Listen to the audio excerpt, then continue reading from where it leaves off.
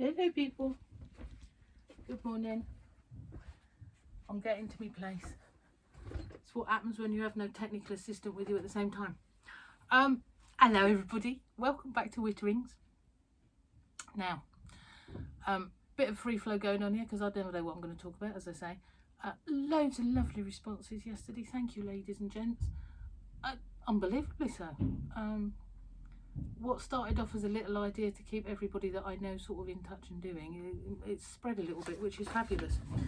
I have had a little bit more time to prepare things today for you, and I've gone through a lot of your suggestions and comments and all the rest of it, and decided a bit of a way forward for this little forum, or whatever you want to call this. So more suggestions welcome, but what we're going to do, I reckon, as a lovely little thing to get you all doing a bit of patchwork, that's the thing. We had suggestions of quilts and all sorts of manner of stuff, but I reckon a quilt is a good way to go.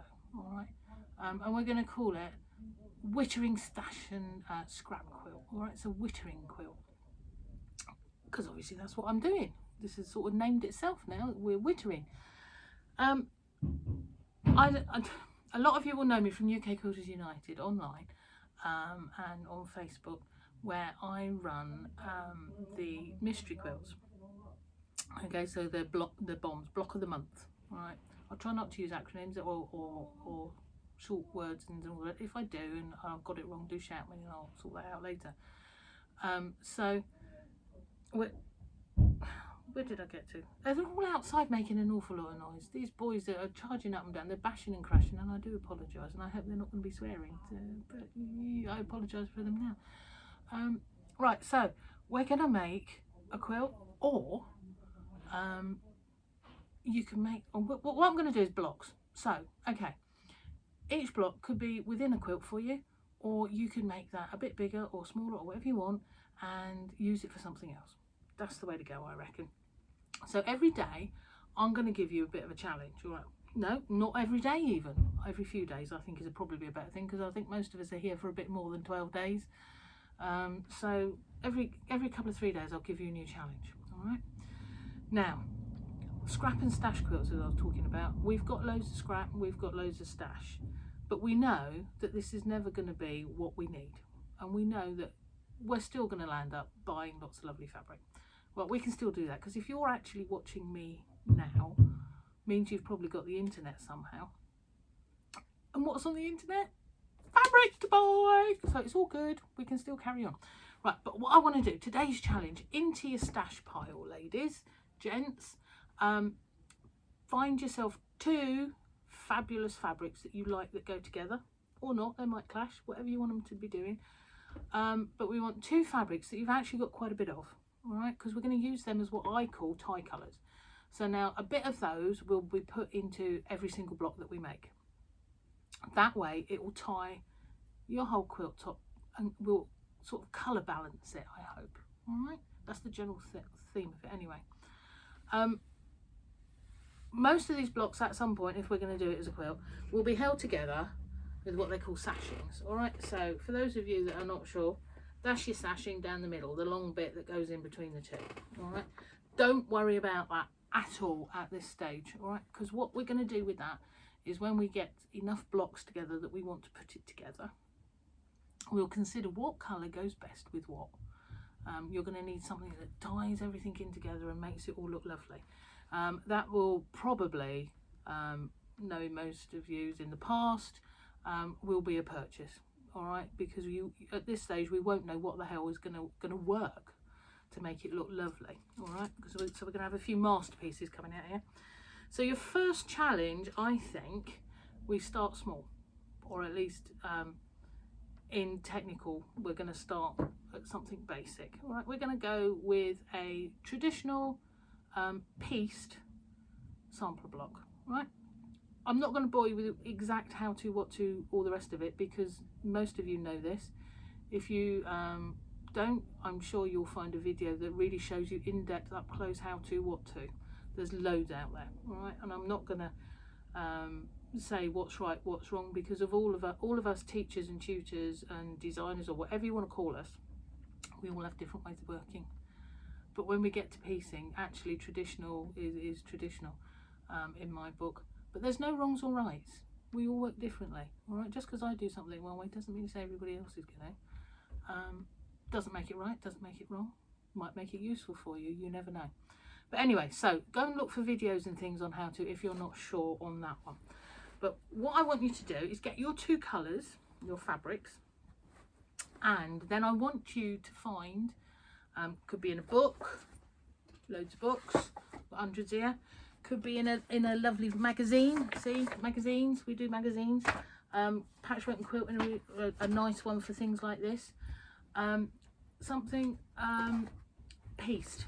All right, so like there's a star block there in the middle. Okay, what we got there? Oh look, there's a bungalow going on in that one, a little bungalow. I don't know if you can see that one. Not English paper piecing, because we'll do something different with that on another day perhaps. Don't know yet because I haven't planned it. And please don't applique, because I reckon we can do something a bit weird and different on the applique, but I don't quite know how I'm going to manage that, but we'll worry about that later. All right, so something traditional, could be a 9 patch, could be a star, could be whatever you want. If you aim your block, if you're going to do it as a quilt, at a 12-inch finished block, all right, so you're looking at 12.5-ish, including your seam allowance. And get that put together. Include as many fabrics as you want, as many colours as you want. It really doesn't matter. Make it happy if you can. But then you see, everybody's thought of colour is different. All right, so what's happy to me might not be happy to you. You might not want yellow and lime in your face. So it's what works for you. And please don't be saying, I can't do colour. Do you know what? We all do colour every day. We get up in the morning and we hopefully dress ourselves.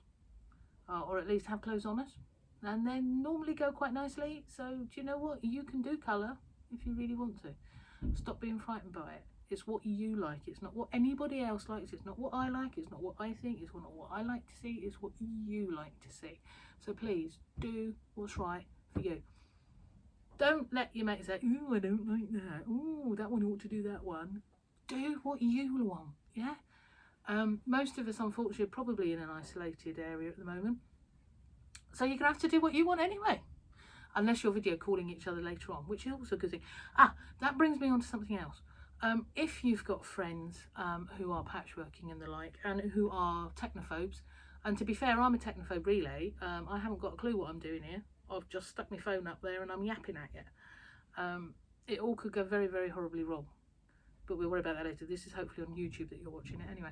But what I was going to say, if you've got friends in isolation, is this the time that you need to talk them through on the phone into how they get onto their internet, how they play, or how they can download, or how they can access. If they've got Kindles, apparently you can access me through Kindle. Somebody told me today. I was very surprised. I've not got a Kindle. I haven't got a clue. So if we spread the word and help each other, yeah? A little bit of, actually, Susie, who sits in the corner at the patchwork class, oh, she's on her own. I wonder if she got anybody. Is she all right? Make the call, yeah? Or find out somehow if she got a phone, how you can talk to her. I think that would be really very nice. Which brings me on to another thing for another topic, and I need to write it down while I'm thinking of it, excuse me, girls. Because I have got menopausal brain, I'll forget everything. So that's another day's worth we've just got on there. Excellent, jolly. Right, okay, so that's your first challenge of the day. A few hints and tips whilst you're doing your, and I'm aiming this at everybody sort of at a general very low level, as not low, that's wrong wording, but general. All right, what I don't want to do is teach anybody to suck eggs, okay? But at the same time, there'll be others out there that might get a bit of info from what I'm wittering on about. Talking about sucking eggs. Now, do you know what? Has anyone ever tried it? I suppose you could wash them in the same way that we have to wash our hands. That would be quite interesting. I think I would have to boil mine though, because it could get messy, couldn't it? So, but then, see, another question. Right, okay, so if you're boiling your egg, and say you want soft boil, because they say they recommended 3 minutes, don't they? Does that vary on the size of your egg? What happens if I've got a quail egg? Does that mean it has to be a calculated small loaf, like 1.5 minutes? But then you think chicken's eggs, free range, you've got different sizes, haven't you? So why is it 3? we could be doing it all wrong. What happens if you had a duck's egg? They're even bigger, aren't they? Oh. Right, okay. I'm going to move on from that one. We're going to leave eggs alone. If you're sucking them, I do apologise, but enjoy them. All right? Yeah, good. Right, yeah, so anyway, back to what I was on about, which is piecing. So, me thinking, I'm going to say the one word that all my students laugh at me for, I think. Accuracy, ladies and gents. Accuracy. We should say gents and ladies, really, shouldn't we? That would be a far better thing. So, if you're doing hand or machine, right from the very outset, your templates, if that's what you're doing, need to be accurate. Don't shave the edges off them. Use the same pencil or pen throughout the whole of your marking procedure, because then if you start with the same thing and finish your quilt at the end with the same thing, the distance as you're going around your template remains the same. If you use a pencil that you're having to sharpen all the time, you've got lovely, lovely, lovely, sharp, sharp, sharp, thin, thin, thin. By the time you've done 6, you've got flat, flat, flat, further, further, further away from your template, and that can actually distort your stitching and your finish. So I do tend to, I use these, I don't know if you can see that, which are the propelling pencils, because you get the same line consistently. If in doubt, I tend to pick up a biro or something like that. I'm a bit of a heathen like that. What I would say is, if you're going to use those lovely iron off pens, friction pens, be careful. Put it on the backs of your fabrics only, don't ever put them on your fronts, all right? So that was an aside. So you're drawing around your templates, if that's what you're doing, adding your 1/4 of an inch, cutting out, ready to stitch together, all right? If you're rotary cutting, obviously accuracy is all important. Please don't cut your fingers off. Please don't. Yeah, always cut away from yourself. Put your blade away every time when you put it down. I'd get a bit hyper. These are all the things I get hyper about in class, and everybody that knows me knows I do. And I tell everybody off constantly. So there we go. That's what we're going to do. We're going to be careful, all right? So you're going to sew things together with your hand sewing. We put a pin through two right sides together, all right? So you put a pin through one corner marked, then through your next corner marked, hold it, put one pin through there, out the other end, pull it taut together, pins down the line, stitch away. Jolly. All works fabulously, should be totally accurate, okay? If you're machining, 1/4 inch foot, and off you go. You put them together and away you go. I have to do things differently because that's just me. And this is what I personally do, and I'm not saying that this is what anybody has to do, because what works for one doesn't work for another. I pin it. I even if I'm machining, I like a line, so I'll put my sewing line on there. It takes me longer, but it's what I do, I'm afraid. And I put pins in the corner and I stretch it and pin it, and then I machine it instead of hand stitching. That works for me. I'm happy with that. I get it accurate. Accuracy, all right? So as long as you've got accuracy going on your quilt block, and then your quilt will slot into place. And the other thing I always say to everybody is, if you're working out how you put your blocks together, never stitch around a corner, all right? If you stitch around a corner, you're starting to get yourself into all sorts of technical difficulties. Now, I don't know if you can see this, there's a little diamonds there. Diamonds? What am I on? Triangles. Square triangles. So what I would do on this row is I would put a triangle to make a square, attach it to the square. I'd do a triangle to to make a square, and then attach that one. So that gives me a strip. This here is just 3 squares put together as a strip. Now when you've got 2 strips, you then join the strips, all right? So we're always stitching straight lines only, okay? So that's what I want you to do. Your pattern is your choice. Your fabrics, 2 that you've got a lot of, 12-inch finish, so you've got 12.5 you sort with your seam allowance. Playtime, ladies. So that's your challenge. I will put something, as I say, up on my Facebook page so that you can put photos in. That would be nice. We see a few photos of what we're all producing and how well we're doing. All right, is that good? Yeah, make it whatever size you want if you don't want to quilt. Fab. Right, I'm going to move on from that one because I had so many different ideas and suggestions. Thank you, girls. What I don't want to do is bore anybody, but at the same time I don't want to, you know, overcook a topic or undercook it either, because I'm back to eggs again, aren't I? I better shut up. Right, okay, moving on. A couple of things that I want to be telling you about, just as a general sort of thing. Events are being cancelled and postponed all over the country. I know they are, and quite rightly so. Our quilt show at Exeter, at West Point, has been postponed, which is fabulous, really, because it means actually it's not cancelled. That's brilliant, absolutely brilliant. So our quilt show down here in the southwest at Exeter West Point, arranged by the lovely Grosvenor team, they've worked really, really hard, and they've managed to sort things out that it's now going to be the 7th, 8th and 9th of August. I think that's just fabulous news. So we're all still going to get together and see each other, but just a little bit later. That's cool. It's good. We'll have even more to talk about by then. Fabulous. Now, also, I had another suggestion of things that we could do that are quite useful. And as a tutor, I would find this actually very beneficial when I'm out and around and doing. Those of you that know me, I'm pretty rubbish at people's names, remembering. I can't even say it's the menopausal brain now. I've just never been very bloody good at it. I'm sorry. I know everybody by face. I'll know you where you are. You'll come around the corner and I'll be going, hello, how are you? Because I know you. But I might not always remember the name. I have to put my hand up to that. And I've used a cover story for this for as many years as I can remember by calling everybody Dar. It's like, hello Dar, how you doing? All right Dar, thank you very much Dar. So that's my general endearment for everybody that I should know the name of, including my very closest friends. You know, nobody's missed out in this category, it has to be said. So, name badges. What a fabulous idea. If you've not already got a name badge, maybe we should all be making name badges.